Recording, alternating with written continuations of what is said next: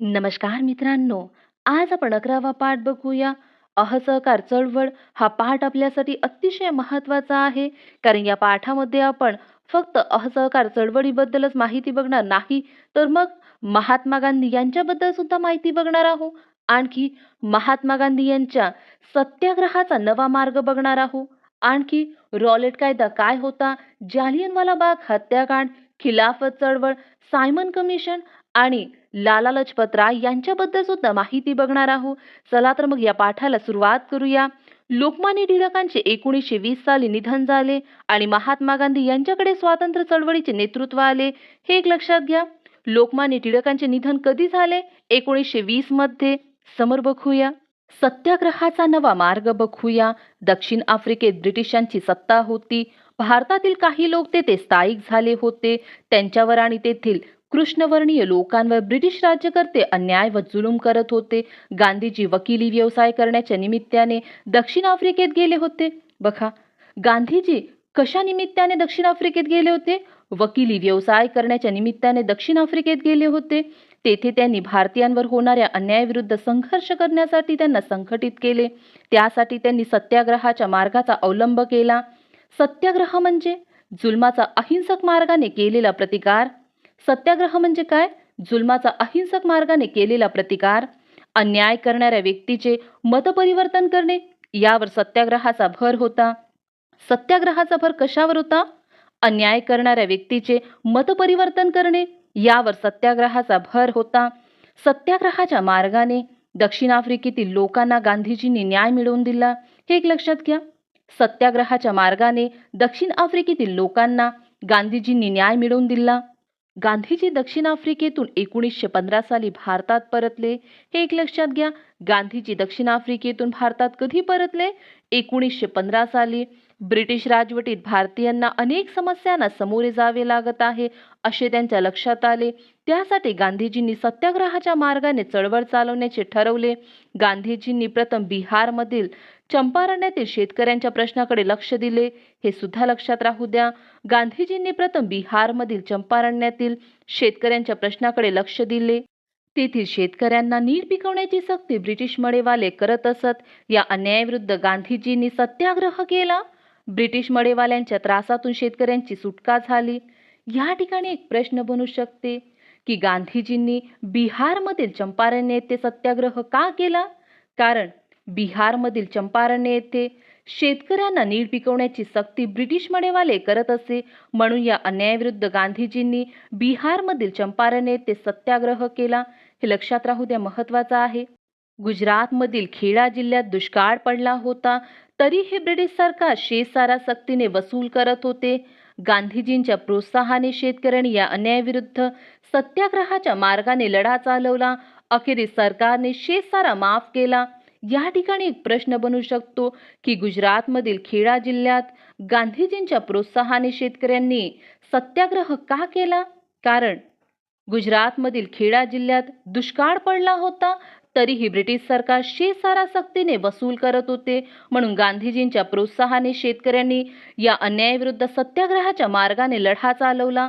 हे सुद्धा लक्षात राहू द्या. समोर बघूया. रॉलेट कायदा बघूया. ब्रिटिश सरकारने भारतीयांना सुधारणा कायद्याने काही हक्क दिले, पण त्याचवेळी भारतीयांना दडपून टाकण्यासाठी कायद्याचा बडगा उगारला. त्यासाठी सरकारने रॉलेट कायदा केला. सरकारने रॉलेट कायदा का केला? कारण ब्रिटिश सरकारने भारतीयांना सुधारणा कायद्याने काही हक्क दिले, पण त्याचवेळी भारतीयांना दडपून टाकण्यासाठी सरकारने रॉलेट कायदा केला. हे एक लक्षात राहू द्या. हा कायदा अत्यंत जुलमी स्वरूपाचा होता. चौकशीशिवाय कोणालाही कारागृहात डांबण्याचा अधिकार या कायद्याने सरकारला देण्यात आला. यावर सुद्धा एक प्रश्न बनू शकतो की रॉलेट कायदा काय होता? रॉलेट कायदा अत्यंत जुलमी स्वरूपाचा होता. चौकशीशिवाय कोणालाही कारागृहात डांबण्याचा अधिकार रॉलेट कायद्याने सरकारला देण्यात आला होता. हे एक लक्षात राहू द्या, महत्त्वाचं आहे. याविरुद्ध देशभर संतापाची लाट उसळली. या कायद्याच्या निषेधार्थ गांधीजींच्या आवाहनानुसार देशभर हरताळ पाडण्यात आला. हे आंदोलन सरकारने दडपून टाकण्याचा प्रयत्न केला. जालियनवाला बाग हत्याकांडबद्दल माहिती बघूया. अमृतसर येथे हरताळ केल्यामुळे डॉक्टर सत्यपाल आणि डॉक्टर सैफुद्दीन किचलू या दोन नेत्यांना सरकारने हद्दपार केले. या ठिकाणी आपल्याला प्रश्न बनू शकतो की डॉक्टर सत्यपाल आणि डॉक्टर सैफुद्दीन किचलू या दोन नेत्यांना सरकारने हद्दपार का केले? कारण अमृतसर येथे हडताळ केल्यामुळे डॉक्टर सत्यपाल आणि डॉक्टर सैफुद्दीन किचलू या दोन नेत्यांना सरकारने हद्दपार केले. या हद्दपारीच्या निषेधार्थ अमृतसर येथील जालियनवाला बागेत एक मोठी सभा भरली होती. यावर सुद्धा एक प्रश्न बनू शकते की जालियनवाला बागेत एक मोठी सभा का भरली होती? कारण अमृतसर येथे हडताळ केल्यामुळे डॉक्टर सत्यपाल आणि डॉक्टर सैफुद्दीन किचलू या दोन नेत्यांना सरकारने हद्दपार केले आणि या हद्दपारीच्या निषेधार्थ अमृतसर येथील जालियनवाला बागेत एक मोठी सभा भरली होती. या प्रकारे ही माहिती लक्षात राहू द्या, महत्वाची आहे. त्यावेळी जनरल डायर या लष्करी अधिकाऱ्याने आपल्या सैन्याला गोळीबार करण्याचा आदेश दिला. गोळीबारात 400 पेक्षा जास्त लोक ठार झाले व हजारो जखमी झाले. बघा, थोडक्यात जालियनवाला बाग हत्याकांड हे काय होतं? तर अमृतसर येथे हडताळ केल्यामुळे डॉक्टर सत्यपाल आणि डॉक्टर सैफुद्दीन किचलू या दोन नेत्यांना सरकारने हद्दपार केली आणि या हद्दपारीच्या निषेधार्थ अमृतसर येथे जालियनवाला बागेत एक मोठी सभा भरली होती. त्यावेळी जनरल डायर या लष्करी अधिकाऱ्याने आपल्या सैन्याला गोळीबार करण्याचा आदेश दिला. गोळीबारात 400 पेक्षा जास्त लोक ठार झाले व हजारो जखमी झाले. या घटनेला जालियनवाला बाग हत्याकांड असे म्हणतात. या प्रकारे ही माहिती लक्षात राहू द्या. हे आपण खूपदा वाचलं आहे, त्यामुळे कोणी नसेल ऐकलं, नवीन असेल तर त्यांना हे नेहमी लक्षात राहणार आहे. समोर बघूया. या घटनेनंतर पंजाबमध्ये ब्रिटिशांनी भयंकर अत्याचार सुरू केले. या अत्याचाराच्या बातम्या वणव्यासारख्या देशभर पसरल्या. त्यामुळे सगळीकडे संतापाची लाट उसळली. या अत्याचाराचा निषेध म्हणून रवींद्रनाथ टागोरांनी ब्रिटिश सरकारने त्यांना दिलेला सर हा बहुमानाचा किताब सरकारला परत केला. यावर सुद्धा आपल्याला एक प्रश्न विचारला गेला आहे की रवींद्रनाथ टागोरांनी ब्रिटिश सरकारने त्यांना दिलेला सर हा बहुमानाचा किताब सरकारला का परत केला? कारण जालियनवाला बाग हत्याकांडाचा निषेध म्हणून रवींद्रनाथ टागोरांनी ब्रिटिश सरकारने त्यांना दिलेला सर हा बहुमानाचा किताब सरकारला परत केला. हे लक्षात राहू द्या, महत्वाचं आहे. समोर बघूया. खिलाफत चळवळ काय होती बघूया आपण. तुर्कस्तानच्या सुलतानास खलिफा म्हणत. खलिफा कुणास म्हणत? तुर्कस्तानच्या सुलतानास खलिफा म्हणत. जगातील सर्व मुस्लिम त्याला आपला धर्मप्रमुख मानत असत. तुर्कस्तानने इंग्लंडच्या विरुद्ध पहिल्या महायुद्धात भाग घेतला. भारतातील मुस्लिमांचे युद्धात सहकार्य मिळवण्यासाठी खलिफाच्या सत्तेला आपण धक्का लावणार नाही असे आश्वासन ब्रिटिशांनी भारतीय मुसलमानांना दिले होते. मात्र दिलेले आश्वासन इंग्रजांनी पाळले नाही. युद्ध संपताच त्यांनी तुर्की साम्राज्याचे तुकडे केले आणि त्याचे काही भाग आपल्या ताब्यात घेतले. यामुळे भारतातील मुस्लिम संतापले. इंग्रजांच्या विरोधात खलिफाला पाठिंबा देण्यासाठी त्यांनी जी चळवळ सुरू केली तिला खिलाफत चळवळ असे म्हणतात. मुस्लिमांनी खिलाफत चळवळ का सुरू केली होती? कारण तुर्कस्तानच्या सुलतानास खलिफा म्हणत जगातील सर्व मुस्लिम त्याला आपला धर्मप्रमुख मानत असत. तुर्कस्तानने इंग्लंडच्या विरुद्ध पहिल्या महायुद्धात भाग घेतला. भारतातील मुस्लिमांचे युद्धात सहकार्य मिळवण्यासाठी खलिफाच्या सत्तेला आपण धक्का लावणार नाही असे आश्वासन ब्रिटिशांनी भारतीय मुस्लिमांना दिले होते. मात्र दिलेले आश्वासन इंग्रजांनी पाळले नाही. युद्ध संपताच त्यांनी तुर्की साम्राज्याचे तुकडे केले आणि त्याचे काही भाग आपल्या ताब्यात घेतले. यामुळे भारतातील मुस्लिम संतापले आणि इंग्रजांच्या विरुद्ध खलिफाला पाठिंबा देण्यासाठी मुस्लिमांनी खिलाफत चळवळ सुरू केली. हे एक लक्षात राहू द्या. आणखी खिलाफत चळवळ म्हणजे काय? इंग्रजांच्या विरोधात खलिफाला पाठिंबा देण्यासाठी मुस्लिमांनी जी चळवळ सुरू केली तिला खिलाफत चळवळ असे म्हणतात. या प्रकारे हे दोनही प्रश्न लक्षात राहू द्या. समोर बघूया. राष्ट्रीय सभेने या चळवळीला सक्रिय पाठिंबा दिला. याला प्रतिसाद म्हणून खिलाफत चळवळीच्या नेत्यांनी असहकार चळवळीला पाठिंबा दिला. हे एक लक्षात घ्या. राष्ट्रीय सभेने खिलाफत चळवळीला सक्रिय पाठिंबा दिला. असहकार चळवळबद्दल माहिती बघूया. ब्रिटिशांशी असहकार केला तर ब्रिटिश एक दिवसही राज्यकारभार चालू शकणार नाहीत असे गांधीजींचे मत होते. त्यासाठी राष्ट्रीय सभेने असहकाराचा कार्यक्रम मंजूर केला. या ठिकाणी एक प्रश्न बनू शकते की राष्ट्रीय सभेने असहकाराचा कार्यक्रम का मंजूर केला? कारण गांधीजींचे मत होते की ब्रिटिशांशी असहकार केला तर ब्रिटिश एक दिवसही राज्यकारभार चालू शकणार नाही, म्हणून राष्ट्रीय सभेने असहकाराचा कार्यक्रम मंजूर केला. या प्रकारे ही माहिती लक्षात राहू द्या. ब्रिटिश सरकारने दिलेल्या पदव्या मान सन्मान नाकारायचे. सरकारी शाळा महाविद्यालयांमध्ये जायचे नाही. परदेशी मालावर बहिष्कार घालायचा. वकिलांनी सरकारी न्यायालयातील कामावर बहिष्कार टाकायचा असे या कार्यक्रमाचे स्वरूप होते. यावर सुद्धा एक प्रश्न बनू शकते की असहकार या कार्यक्रमाचे स्वरूप कसे होते? असहकार या कार्यक्रमाचे स्वरूप होते की ब्रिटिश सरकारने दिलेल्या पदव्या मान सन्मान नाकारायचे, सरकारी शाळा महाविद्यालयांमध्ये जायची नाही, परदेशी मालावर बहिष्कार घालायचा, वकिलांनी सरकारी न्यायालयातील कामावर बहिष्कार टाकायचा, असे या असहकार कार्यक्रमाचे स्वरूप होते. ही माहिती लक्षात राहू द्या. असहकार आंदोलनाबरोबरच गांधीजींनी अस्पृश्यता नष्ट करणे, हिंदू मुस्लिम ऐक्य घडवून आणणे, दारूबंदी असा विधायक कार्यक्रम हाती घेतला. असहकार चळवळीला देशभर प्रतिसाद मिळाला. विद्यार्थ्यांनी सरकारी शाळांतून नावे काढली व राष्ट्रीय शाळांमध्ये प्रवेश घेतला. अनेकांनी वकिली करण्याचे नाकारले. लोकांनी परदेशी कापडाच्या होड्या केल्या. डॉक्टर राजेंद्र प्रसाद, वल्लभभाई पटेल इत्यादी नेत्यांनी या चळवळीत भाग घेतला. या चळवळीत स्त्रियांचा सक्रिय सहभाग होता. हे एक लक्षात घ्या. डॉक्टर राजेंद्र प्रसाद, वल्लभभाई पटेल या नेत्यांनी असहकार चळवळीमध्ये भाग घेतला. हे एक लक्षात राहू द्या. समोर बघूया. असहकार चळवळ थांबवली तरी देशात अनेक ठिकाणी सत्याग्रहाच्या घटना घडत होत्या. अशा सत्याग्रहांना सरकार दाद देत नव्हते. म्हणून मोतीलाल नेहरू, चित्तरंजन दास इत्यादी नेत्यांना कायदेमंडळात निवडून जावे व तेथे सरकारच्या दडपशाहीला विरोध करावा असे वाटले. यासाठी त्यांनी स्वराज्य पक्ष स्थापन केला. त्यांनी कायदेमंडळात सरकारच्या अन्याय धोरणाला विरोध केला.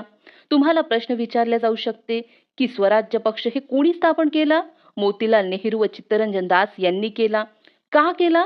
स्वराज्य पक्ष स्थापन का केला? कारण असहकार चळवळ थांबली तरी देशात अनेक ठिकाणी सत्याग्रहाच्या घटना घडत होत्या. अशा सत्याग्रहांना सरकार दाद देत नव्हते. म्हणून मोतीलाल नेहरू, चित्तरंजन दास इत्यादी नेत्यांना कायदेमंडळात निवडून जावे व तिथे सरकारच्या दडपशाहीला विरोध करावा असे वाटले. यासाठी त्यांनी स्वराज्य पक्ष स्थापन केला. हे लक्षात राहू द्या, महत्वाचं आहे. स्वराज्य पक्षावर आपल्याला प्रश्न विचारले गेले आहे. समोर बघूया. सायमन कमिशन बद्दल माहिती बघूया. ब्रिटिशांनी भारतात दिलेल्या सुधारणांची अंमलबजावणी कितपत झाली हे पाहण्यासाठी इंग्लंडहून एक समिती भारतात आली. सर जॉन सायमन हे या समितीचे अध्यक्ष होते. म्हणून या समितीला सायमन कमिशन असे म्हणतात. सायमन कमिशन हे काय आहे? तर सायमन कमिशन हे ब्रिटिशांनी भारतात दिलेल्या सुधारणांची अंमलबजावणी कितपत झाली हे पाहण्यासाठी इंग्लंडहून एक समिती भारतात आली. सर जॉन सायमन हे या समितीचे अध्यक्ष होते. म्हणून या समितीला सायमन कमिशन असे म्हणतात. हे लक्षात राहू द्या, महत्वाचं आहे. या समितीत एकही भारतीय प्रतिनिधी नव्हता. त्यामुळे राष्ट्रीय सभेने सायमन कमिशनवर बहिष्कार टाकला. यावर सुद्धा प्रश्न विचारला गेला आहे की राष्ट्रीय सभेने सायमन कमिशनवर बहिष्कार का टाकला? कारण या समितीत एकही भारतीय प्रतिनिधी नव्हता. त्यामुळे राष्ट्रीय सभेने सायमन कमिशनवर बहिष्कार टाकला. समोर बघूया. देशभर या कमिशनला काळे झेंडे दाखवून त्याचा निषेध करण्यात आला. जेथे जेथे सायमन कमिशन गेले त्या त्या ठिकाणी सायमन परत जा अशा घोषणा देण्यात आल्या. लाहोर येथे सायमन कमिशन विरुद्ध झालेल्या निदर्शनाचे नेतृत्व लाला लजपत राय यांनी केले. हे एक लक्षात राहू द्या. लाहोर येथे सायमन कमिशन विरुद्ध झालेल्या निदर्शनाचे नेतृत्व लाला लजपत राय यांनी केले. त्यावेळी पोलिसांनी केलेल्या लाठी हल्ल्यात ते जखमी झाले. पुढे त्यातच त्यांचा अंत झाला. या ठिकाणी आपल्याला लाला लजपत राय यांचं चित्र दाखवलं आहे. या ठिकाणी हा पाठ संपतो. आपण यावरचे प्रश्न बघूया. पहिली रिकामी जागा बघूया. गुजरातमधील खेडा जिल्ह्यातील शेतकऱ्यांनी अन्यायाविरुद्ध रिकामी जागाच्या मार्गाने लढा चालवला. काय येणार इथे? सत्याग्रहाच्या. गुजरातमधील खेडा जिल्ह्यातील शेतकऱ्यांनी अन्यायाविरुद्ध सत्याग्रहाच्या मार्गाने लढा चालवला. दुसरी रिकामी जागा. चौकशीशिवाय कोणालाही कारागृहात डांबण्याचा अधिकार रिकामी जागा या कायद्याने सरकारला देण्यात आला. कोणत्या कायद्याने? रॉलट कायद्याने. चौकशीशिवाय कोणालाही कारागृहात डांबण्याचा अधिकार रॉलट या कायद्याने सरकारला देण्यात आला. तुर्कस्तानच्या सुलतानास रिकामी जागा म्हणत. काय म्हणत? खलिफा. तुर्कस्तानच्या सुलतानास खलिफा म्हणत. चौथी रिकामी जागा. लाहोर येथे सायमन कमिशन विरुद्ध झालेल्या निदर्शनाचे नेतृत्व रिकामी जागा यांनी केले. आत्ताच बघितलं आपण. याचं उत्तर तुम्ही मला कमेंट करून द्या. पहिला प्रश्न बघूया. महात्मा गांधीजींनी दक्षिण आफ्रिकेतील भारतीयांना संघटित का केले? कारण भारतीयांवर होणाऱ्या अन्यायाविरुद्ध संघर्ष करण्यासाठी महात्मा गांधीजींनी दक्षिण आफ्रिकेतील भारतीयांना संघटित केले. ब्रिटिश मडेवाले चंपारण्यातील शेतकऱ्यांवर कोणती सक्ती करत? नील पिकवण्याची सक्ती करत. समोरचा प्रश्न बघूया. राष्ट्रीय सभेने असहकाराचा कार्यक्रम का मंजूर केला? याचं उत्तर बघूया आपण. राष्ट्रीय सभेने असहकाराचा कार्यक्रम मंजूर केला कारण गांधीजींचे मत होते की ब्रिटिशांशी असहकार केला तर ब्रिटिश एक दिवसही राज्यकारभार चालू शकणार नाही, म्हणून राष्ट्रीय सभेने असहकाराचा कार्यक्रम मंजूर केला. समोरचा प्रश्न बघूया. राष्ट्रीय सभेने सायमन कमिशनवर बहिष्कार का टाकला? याचं उत्तर बघूया आपण. राष्ट्रीय सभेने सायमन कमिशनवर बहिष्कार टाकला कारण सायमन कमिशन या समितीत एकही भारतीय प्रतिनिधी नव्हता. त्यामुळे राष्ट्रीय सभेने सायमन कमिशनवर बहिष्कार टाकला. हे महत्त्वाचं आहे, लक्षात राहू द्या. समोरचा प्रश्न बघूया. असहकार चळवळीची विधायक बाजू कोणती होती? या प्रश्नाचं उत्तर तुम्ही मला कमेंट करून द्या. गांधीजींनी असहकाराची चळवळ का थांबवली? याचं उत्तर बघूया आपण. गांधीजींनी असहकार चळवळ थांबवली कारण उत्तर प्रदेशातील चौरी चौरा येथे सत्याग्रहींनी शांततापूर्ण मिरवणूक काढली. या मिरवणुकीवर पोलिसांनी लाठी हल्ला केला, म्हणून चिडून आंदोलकांनी पोलीस चौकीला आग लावली. या आगीत काही पोलीस मृत्युमुखी पडले. असहकार चळवळीला हिंसक वळण लागणे गांधीजींना मान्य नव्हते, म्हणून गांधीजींनी असहकार चळवळ थांबवली. स्वराज्य पक्षाची स्थापना का करण्यात आली? याचं उत्तर बघूया. स्वराज्य पक्षाची स्थापना करण्यात आली कारण असहकार चळवळ थांबली तरी देशात अनेक ठिकाणी सत्याग्रहाच्या घटना घडत होत्या. अशा सत्याग्रहांना सरकार दाद देत नव्हते, म्हणून मोतीलाल नेहरू, चित्तरंजन दास इत्यादी नेत्यांना कायदेमंडळात निवडून जावे व तेथे सरकारच्या दडपशाहीला विरोध करावा असे वाटले. यासाठी स्वराज्य पक्षाची स्थापना केली. हे लक्षात राहू द्या, महत्वाचं आहे. पुस्तकाच्या शेवटी आपल्याला लाला लजपत राय यांच्याबद्दल माहिती दिली आहे. बघूया आपण. लाला लजपत राय हे निष्णात वकील होते. ते वंदे मातरम व पंजाबी या दैनिकातून लेखन करत. अतिशय महत्वाचं, लक्षातच राहू द्या. लाला लजपत राय कोणत्या दैनिकातून लेखन करत? वंदे मातरम व पंजाबी या दैनिकातून लेखन करत. त्यांनी पीपल नावाचे इंग्रजी मासिक सुरू केले. हे सुद्धा महत्वाचं आहे. पीपल नावाचे इंग्रजी मासिक कोणी सुरू केले? लाला लजपत राय यांनी सुरू केले. लाला लजपत राय यांनी यंग इंडिया, महान अशोक, छत्रपती शिवाजी इत्यादी पुस्तके लिहिली. हे सुद्धा महत्वाचं आहे. आपल्याला पुस्तकांवर सुद्धा प्रश्न विचारले गेले आहे, म्हणून लक्षात राहू द्या. या ठिकाणी हा पाठ संपतो. या ठिकाणी आपण थांबूया. आजची माहिती तुम्हाला आवडली असेल तर व्हिडिओला लाईक करा, शेअर करा आणि कमेंट करून नक्की सांगा. थँक्यू.